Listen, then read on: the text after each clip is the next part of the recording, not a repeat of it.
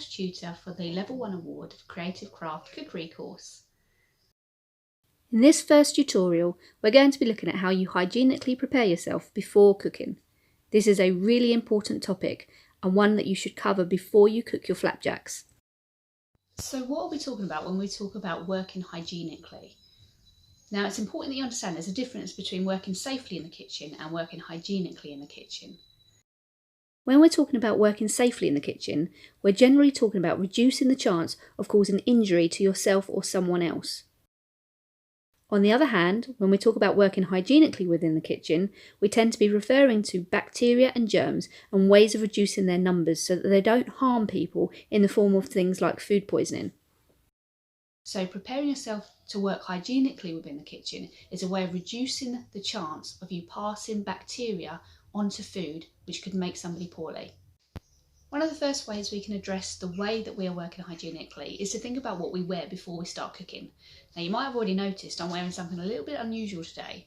This is called a chef's white or a chef's jacket, and it's often what you'll see professional chefs wearing in the kitchen. Now, if you haven't got one of these, a really good alternative is just to wear a standard apron. So you are covering your clothes, which might be a good safety feature because it might prevent your clothes from getting caught in any machinery or anything like that. But it's also a hygienic preventative measure as well. And what I mean by that is if you've got bacteria on your clothing before you start cooking and you don't wear an apron or a chef's white, any of those bacteria could get transferred to the materials or the ingredients that you're using. Whilst we're on the subject of what we wear, it's also important to consider what you wear on your feet whilst you're cooking. Aside from some obvious safety reasons behind not wearing open-toe shoes, there are some hygiene reasons behind it as well. Feet are notorious for harbouring more bacteria, so it's recommended that you wear closed-toe shoes when you're cooking in the kitchen. Another preventative measure is to make sure that long hair is tied back away from the face.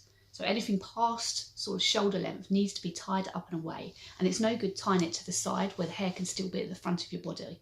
The hair could contaminate the food, which would be a physical contaminant. It's not very nice having hair in your food, but it's also very unhygienic because there's bacteria in hair. So anyone with long hair should make sure it's tied back, and they should do that before they start handling the food. The next thing we need to think about is jewellery. You can see I'm wearing a bracelet and rings here.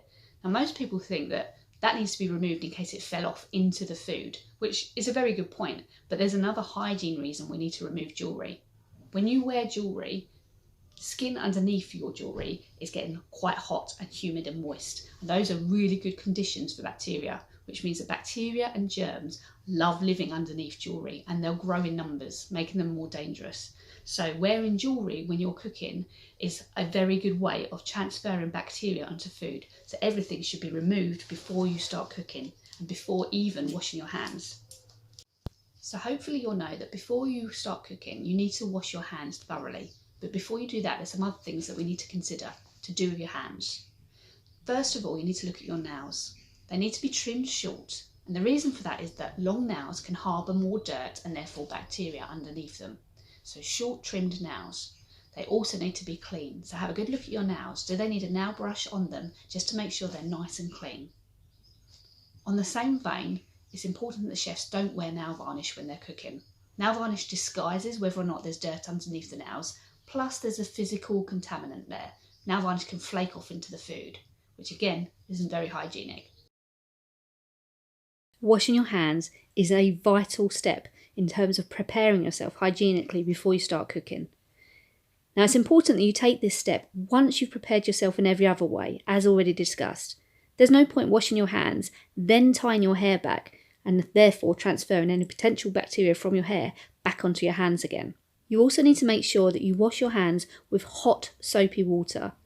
It needs to be as hot as you can tolerate, but obviously not so hot that you're going to burn yourself. Bacteria don't like that level of heat. If it's just lukewarm, they do like that level of heat, and so it won't necessarily kill off any bacteria on your hands. That's what the soap is there for too. Antibacterial soap is great for killing off any bacteria or anything harmful that might transfer onto your food. It's important that you thoroughly wash your hands, getting in between your fingers, your thumbs and your wrists as well. It's important to know as well that you might have to repeat this step several times during a practical session. And that's because any time that your hands come into contact with a contaminated surface, you need to wash them again. So for example, when you're handling raw meat, You can also contaminate your hands by simply touching your face or scratching your head, so it's important to try to avoid doing this when you're cooking, but if you do, just make sure you wash your hands straight after. It's a good idea to start building in a routine to help you prepare hygienically before you attempt any of your cookery sessions. There are 5 steps you need to remember. Make sure you're wearing closed shoes, put on an apron, tie your hair back, remove your jewellery, and wash your hands thoroughly. The more you complete this routine, the more it will just become second nature, and you won't even think about doing these things before you start your cookery sessions. You should now have the knowledge you need to be able to complete the hygiene tasks of Workbook 1. So give it a good go, and once you've completed, you can then move on to cooking your flapjacks.